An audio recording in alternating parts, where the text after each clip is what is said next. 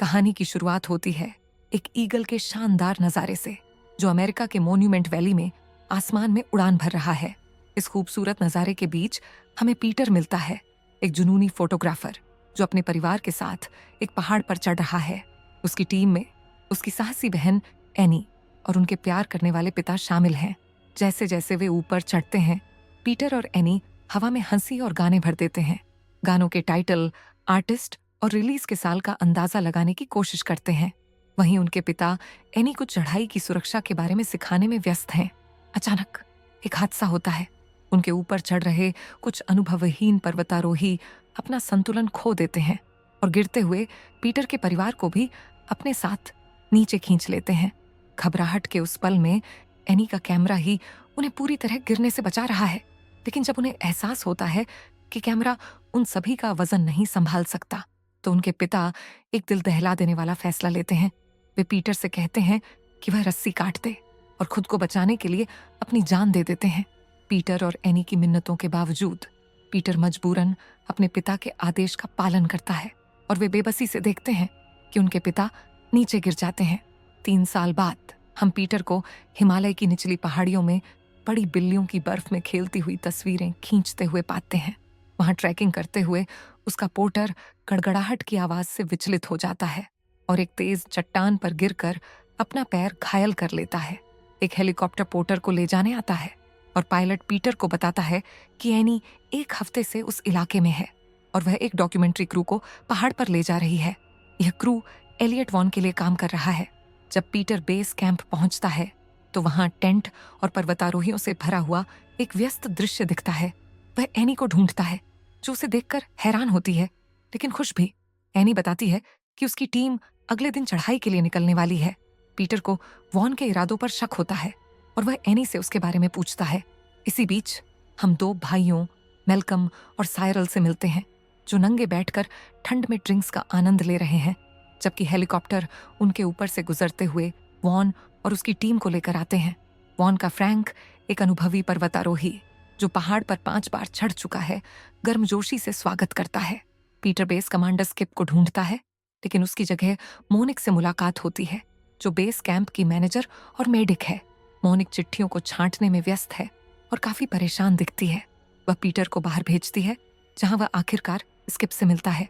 Skip बताता है कि वॉन समय के खिलाफ दौड़ रहा है, क्योंकि वह K2 की चोटी पर तब पहुंचना चाहता है जब उसकी नई एयरलाइन मैजेस्टिक एयर का पहला फ्लाइट उसके ऊपर से गुजरे। स्किप पर दबाव है, क्योंकि वह प्रोड्यूसर को पहाड़ पर ले जाने के लिए जिम्मेदार है। उस रात बेस कैंप पर एक जोशीला पार्टी होती है। वॉन मंच पर आता है और अपने महत्वाकांक्षी प्लान्स शेयर करता है और अपने गाइड टॉम मैक्लारेन को पेश करता है।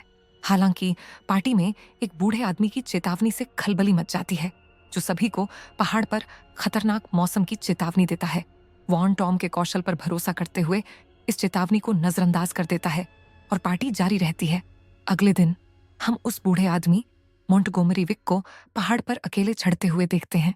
जब पीटर एनी के टेंट में प्रवेश करता है तो वे विक के बारे में चर्चा करते हैं, जो सिर्फ 24 घंटे में चोटी पर पहुंचने के लिए जाने जाते हैं। हमें पता चलता है कि उनके पिता की मौत के बाद पीटर ने फिर कभी चढ़ाई नहीं की और न ही उनकी कब्र पर गया, जबकि एनी उनसे जुड़ाव महसूस करने के लिए चढ़ाई करती रही।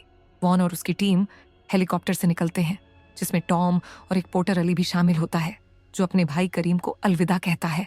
एनी दूसरे हेलीकॉप्टर में निकलती है और पीटर स्किप को तीसरे हेलीकॉप्टर में सामान लोड करने में मदद करता है, जहां स्किप उसे आश्वस्त करता है कि एनी सुरक्षित रहेगी। जैसे जैसे वॉन और उसकी टीम चढ़ाई शुरू करते हैं, टॉम को मौसम के बिगड़ने का एहसास होता है और वह चिंतित हो जाता है। टॉम की चिंताओं और एनी के वापस लौटने के फैसले के बावजूद वॉन आगे बढ़ने पर जोर देता है। इसी बीच मॉनिटरिंग स्टेशन पर तैनात फ्रैंक को एहसास होता है कि मौसम और खराब हो रहा है और वह टॉम को वापस लौटने के लिए मनाने की कोशिश करता है। हालांकि वॉन चढ़ाई जारी रखने पर अड़ा रहता है। जल्द ही मौसम और बिगड़ जाता है और एनी एक दरार में फिसल जाती है, जिससे बाकी टीम भी उसके साथ खिंच जाती है। टॉम हीरोइक तरीके से अपने आइस एक्स का इस्तेमाल करके उनके गिरने को रोकता है और हालांकि सभी हिल गए हैं, लेकिन वे सुरक्षित हैं। लेकिन फिर एक और तबाही आती है। एक बड़ा हिमस्खलन पहाड़ से नीचे आता है। वॉन और एनी दरार में फंस जाते हैं और जैसे ही बर्फ गिरती है टॉम उनके पीछे कूदता है। दुर्भाग्य से बाकी टीम हिमस्खलन में फंस जाती है और मारे जाते हैं, जबकि वॉन, एनी और टॉम बर्फ से ढके एक गुफा में फंस जाते हैं। टॉम गंभीर रूप से घायल हो जाता है और उनके रेडियो को सिग्नल नहीं मिल पाता। एक पल में प्रेरणा लेते हुए पीटर को उस मोर्स कोड की याद आती है जो उसके पिता ने उन्हें बचपन में सिखाया था। वह जल्दी से बेस कैंप के लोगों को स्थिति समझाता है और वे बचे हुए लोगों के लिए खुशी मनाते हैं। हालांकि करीम दुखी हो जाता है क्योंकि उसे एहसास होता है कि उसका भाई अली शायद मारे गए लोगों में से एक है। पीटर एक बचाव दल बनाने का प्रस्ताव रखता है, लेकिन उसके आइडिया पर संदेह किया जाता है। स्किप समझाता है कि बचाव का प्रयास करना बेहद खतरनाक है क्योंकि उनके पास फंसे हुए पर्वतारोहियों को बचाने के लिए सिर्फ 36 घंटे का समय है।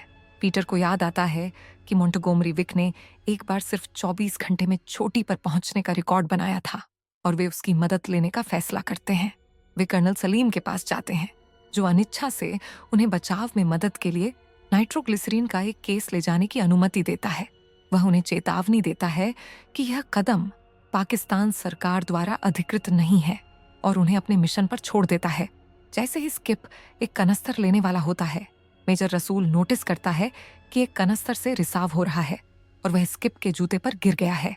वे तुरंत जूता उतारते हैं और उसे दूर फेंक देते हैं, जहां वह जमीन से टकराते ही फट जाता है। इसी बीच पीटर बेस कैंप पर भीड़ को संबोधित करता है और बचाव मिशन पर उसके और स्किप के साथ जाने के लिए 4 और पर्वतारोहियों की तलाश करता है। करीम, मेलकम और सायरल आगे आते हैं और मदद करने के लिए तैयार हो जाते हैं। पहाड़ पर वापस टॉम की हालत बिगड़ती जा रही है और वॉन एक सर्वाइवल प्लान बनाता है जिसमें वह बताता है कि उन्हें कब पानी पीना चाहिए और एक दवा डेक्स कब देनी चाहिए। उनके आखिरी झात कून ऑर्डिनेट्स को बचाव दल को भेजा जाता है और जैसे ही स्किप और पीटर रणनीति बनाते हैं, उन्हें एहसास होता है कि उन्हें विक की विशेषज्ञता की जरूरत है। विक 4 साल पहले एक बचाव दल का हिस्सा था, लेकिन दुर्भाग्य से उसकी पत्नी उन लोगों में से एक थी जो खो गई थी और वह तब से उसके शव की तलाश में है। 5 पर्वतारोही अपनी चुनौतीपूर्ण यात्रा शुरू करते हैं जिसमें हर कोई नाइट्रोग्लिसरीन का एक कंटेनर लेकर चलता है, एक अत्यधिक विस्फोटक पदार्थ जो उनकी बचाव मिशन में मदद कर सकता है। जैसे ही वे हेलीकॉप्टर में सवार होते हैं, उनके साथ मोनिक भी जुड़ जाती है जो बेस कैंप की मैनेजर है और मिशन में मदद करने के लिए उत्सुक है। उड़ान के दौरान एनी और वॉन टॉम की बिगड़ती हालत पर चर्चा करते हैं। टॉम को मेडिकल हेल्प की सख्त जरूरत है, लेकिन उसे बचाने की यात्रा खतरनाक है। वॉन गलती से कुछ सप्लाई गिरा देता है, लेकिन जैसे ही वे उड़ते हैं, उसे एक गहरी दरार के नीचे एक बैकपैक दिखाई देता है। हेलीकॉप्टर मोंटगोमरी विक के टेंट के पास उतरता है, जो एक कुशल पर्वतारोही है, लेकिन विक टीम में शामिल होने से इनकार कर देता है। हालांकि जब स्किप $5 लाख का इनाम देने की पेशकश करता है, तो विक अपना मन बदल लेता है। वह साथ चलने के लिए तैयार हो जाता है, लेकिन यह शर्त रखता है कि स्किप बेस कैंप वापस लौटे क्योंकि वहां किसी भरोसेमंद की जरूरत है। कुछ हिचकिचाहट के बाद स्किप मान जाता है और टीम अलग अलग रास्तों से पहाड़ पर चढ़ने के लिए 3 जोड़ियों में बंट जाती है। हेलीकॉप्टर जितना ऊंचा हो सकता है उतना ऊंचा चढ़ता है, लेकिन मौसम जल्द ही खराब हो जाता है जिससे टीम को कूदना पड़ता है। पीटर और विक आखिरी में कूदते हैं, लेकिन हेलीकॉप्टर के इंजन में दिक्कत आ जाती है और वे लगभग गिर जाते हैं। विक तेजी से पीटर को फिसलने से बचाता है और हर कोई सुरक्षित तरीके से कूदने में कामयाब हो जाता है, जबकि हेलीकॉप्टर वहां से निकल जाता है। पहाड़ पर पहुंचने के बाद टॉम की हालत तेजी से बिगड़ती है। एनी उसे डेक्स देना चाहती है, एक जान बचाने वाली दवा, लेकिन वॉन उनके शेड्यूल पर टिके रहने पर जोर देता है, ये मानते हुए कि टॉम का अब कोई उपाय नहीं है। एनी तर्क देती है कि वॉन को टॉम को सच बताना चाहिए, लेकिन टॉम को लगता है कि वॉन उसे छोड़ रहा है। वॉन हालांकि जोर देकर कहता है कि अगर वह जल्दी कदम नहीं उठाता तो टॉम और एनी दोनों मर जाएंगे। इसी बीच मेलकम और करीम एक अलग रास्ते पर चढ़ते हैं। करीम प्रार्थना करने के लिए रुकता है, लेकिन मेलकम उसकी भक्ति पर थोड़ा विश्वास नहीं करता और उसका मजाक उड़ाता है। बेस कैंप पर स्किप विक को रेडियो करता है और बताता है कि उनके पास अगले 48 घंटे तक अच्छा मौसम रहने वाला है। विक, जो पीटर के साथ चढ़ रहा है, उसे तेजी से आगे बढ़ने के लिए कहता है। उनके बीच एक छोटी सी बहस होती है और विक लगभग पीटर को पीछे छोड़ने की धमकी देता है, लेकिन जब पीटर फिसलता है तो विक उसे समय रहते पकड़ लेता है और उसे आश्वस्त करता है कि उसने अपनी बहन को बचाने के लिए रस्सी काटने का सही फैसला लिया था। उनका बंधन मजबूत होता जाता है और वे चढ़ाई जारी रखते हैं। वॉन नोटिस करता है कि एनी में ब्लीडिंग और सूजन के लक्षण दिख रहे हैं जो गंभीर हैं। वह विक को पीटर को एनी की हालत के बारे में बताने के लिए कहता है ताकि वह तेजी से आगे बढ़े। टॉम फिर से तर्क देता है कि एनी को डेक्स की जरूरत है, लेकिन वॉन इनकार करता है और शेड्यूल पर टिका रहता है। एनी सुझाव देती है कि अगर उन्हें बचना है तो उन्हें वह बैकपैक वापस लाना होगा जो वॉन ने पहले देखा था। इसी बीच मोनिक और साइरल एक साथ चढ़ रहे हैं। साइरल बर्फ पर फिसल जाता है, लेकिन अपने आइस एक्स का इस्तेमाल करके खुद को एक खड़ी चट्टान से गिरने से बचा लेता है। मोनिक तुरंत मदद के लिए आती है, लेकिन चट्टान टूटने लगती है। एक त्वरित सोच के साथ मोनिक एक रस्सी का इस्तेमाल करके साइरल के एक्स को हुक कर लेती है और दोनों को बचा लेती है। वह साइरल को एक चट्टान तक पहुंचाने के लिए झूलती है और कई कोशिशों के बाद वह सुरक्षित रूप से पहुंच जाता है। हालांकि संघर्ष के दौरान साइरल के पैक से नाइट्रोग्लिसरीन का एक कंटेनर गिर जाता है। जैसे ही वे वापस चढ़ने की कोशिश करते हैं, नाइट्रोग्लिसरीन जमीन से टकराते ही फट जाता है, जिससे एक बड़ा भूस्खलन होता है। गुफा के अंदर जहां एनी, वॉन और टॉम हैं, धमाके से एनी का संतुलन बिगड़ जाता है, लेकिन वॉन उसे पकड़ लेता है। मोनिक साइरल को पुकारती है जो चट्टान के ऊपर दिखाई देता है। वह सुरक्षित रूप से चढ़ चुका है, लेकिन जल्द ही एक और धमाका होता है जिससे एक हिमस्खलन आता है और साइरल को चट्टान से नीचे गिरा दिया जाता है, जिससे उसकी मौत हो जाती है। पीटर साइरल की मदद के लिए वापस जाना चाहता है, लेकिन विक का मानना है कि अब बहुत देर हो चुकी है। हालांकि एनी संसाधनशील साबित होती है। वह बैकपैक वापस लाती है जो करीम के भाई अली का है और उसमें डेक्स पाती है। वह इसे खुद और टॉम को देती है। वो उनकी असहमति के बावजूद मोनिक चट्टान पर चढ़ना जारी रखती है और पीटर से मिलती है जो उसकी टूटी उंगली को ठीक करने में मदद करता है। मेल्कम, जो अभी भी अपने भाई के खोने से जूझ रहा है, अपने दुख के बावजूद चढ़ाई जारी रखने का फैसला करता है। बेस कैंप पर एक खतरनाक स्थिति पैदा होती है जब नाइट्रोग्लिसरीन को धूप में छोड़ दिया जाता है, जिससे वह फट जाता है और कर्नल सलीम की मौत हो जाती है। स्किप तुरंत टीम को इस दुखद खबर से अवगत कराता है। पीटर की टीम बचे हुए नाइट्रोग्लिसरीन को छाम में ले जाती है, लेकिन मोनिक का रेडियो संपर्क मेल्कम से नहीं हो पाता क्योंकि उनका संचार बंद है। पीटर उन्हें ढूंढने का फैसला करता है और आखिरकार वे फिर से जुड़ जाते हैं। नाइट्रोग्लिसरीन को बचाने की जल्दबाजी में उन्हें एक कंटेनर में दरार का एहसास नहीं होता।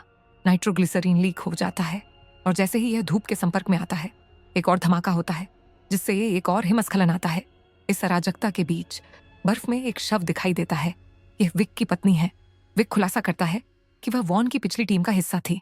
जब उसे पता चलता है कि उसकी डेक्स सप्लाई गायब है, तो उसे एहसास होता है कि वॉन ने उसे चुरा लिया था, जिससे उसकी मौत हुई। ये खुलासा विक के अंदर बदले की भावना भर देता है। उस रात एनी पीटर को रेडियो करती है और कहती है कि अब कोई उम्मीद नहीं बची है और सुझाव देती है कि वह वापस लौट जाए। वे एक दिल से दिल की बातचीत करते हैं, जबकि मोनिक चुपचाप सुनती रहती है। बाद में जब एनी आराम कर रही होती है, वॉन खुद को डेक्स इंजेक्ट करता है और फिर एक चौंकाने वाला फैसला लेता है। वह टॉम की हत्या कर देता है। अगली सुबह विक जाने के लिए तैयार होता है, लेकिन पाता है कि पीटर और मोनिक बिना उसे बताए चले गए हैं। एनी को जल्द ही पता चलता है कि टॉम मर चुका है और गुस्से में वह वॉन पर हमला करती है। संघर्ष के दौरान कुछ बर्फ खिसकती है और एक गैप दिखाई देता है जो सतह की ओर जाता है। उन्हें एहसास होता है कि उन्हें कुछ ऐसा भेजना होगा जो उनके बचाव दल को सिग्नल दे सके। वॉन हताशा में टॉम के खून का एक बैग इकट्ठा करता है और उसे गैप में भेजता है जहां यह बर्फ पर फट जाता है। पीटर और मोनिक खून को देखते हैं और गैप में एक चेतावनी नोट डालते हैं जो उन्हें एक और धमाके के खतरे के बारे में सचेत करता है। वे गैप में कुछ नाइट्रोग्लिसरीन डालने और एक डिटोनेटर सेट करने की तैयारी करते हैं। जब धमाका होता है तो यह दरार को चौड़ा कर देता है, जिससे वे एनी को सुरक्षित बाहर निकालने के लिए एक रस्सी सिस्टम सेट कर पाते हैं। वह लगभग बेहोश हो चुकी है और वे उसे गिरने से बचाने के लिए संघर्ष करते हैं। जैसे ही वे अपनी पकड़ खोने वाले होते हैं, विक आता है और पीटर और मोनिक को सुरक्षित करता है, जिससे उन्हें ताकत मिलती है। विक गुफा में उतरता है और वॉन का सामना करता है, जो एक एक्स से उस पर हमला करने की कोशिश करता है। एक तनावपूर्ण पल में विक लगभग गिर जाता है, लेकिन वॉन को बचा लेता है और उसे एक सुरक्षा रस्सी से बांध देता है। टीम एनी को ऊपर खींचना जारी रखती है लेकिन उनका उपकरण ढीला होने लगता है और वे दरार में गिरने के खतरे में होते हैं। एक पल के फैसले में विक रस्सी काट देता है, खुद को और वॉन को बलिदान कर देता है, जिससे बाकी लोग बच जाते हैं। कुछ घंटों बाद बेस कैंप पर मोनिक एनी के घावों का इलाज करती है। वह पीटर के साथ एक किस करती है और फिर उसे अपनी बहन के साथ सुलह करने के लिए छोड़ देती है। कहानी का अंत होता है पीटर के उन लोगों को श्रद्धांजलि देने के साथ जो केटू पर खो गए। मॉन्टगोमरी विक और उसकी पत्नी, करीम और अली, टॉम, मेल्कम और सायरल। फिल्म एक गंभीर नोट पर समाप्त होती है, जो हमें दुनिया की सबसे ऊंची चोटियों को फतह करने वालों के सामने आने वाले अविश्वसनीय खतरों की याद दिलाती है। ऐसी ही रोमांचक कहानियों के लिए चैनल को सब्सक्राइब करें और बेल आइकन दबाएं, ताकि हर नई और चौंकाने वाली कहानी सबसे पहले आपको मिले। देखने के लिए धन्यवाद। अगली कहानी में फिर मिलेंगे।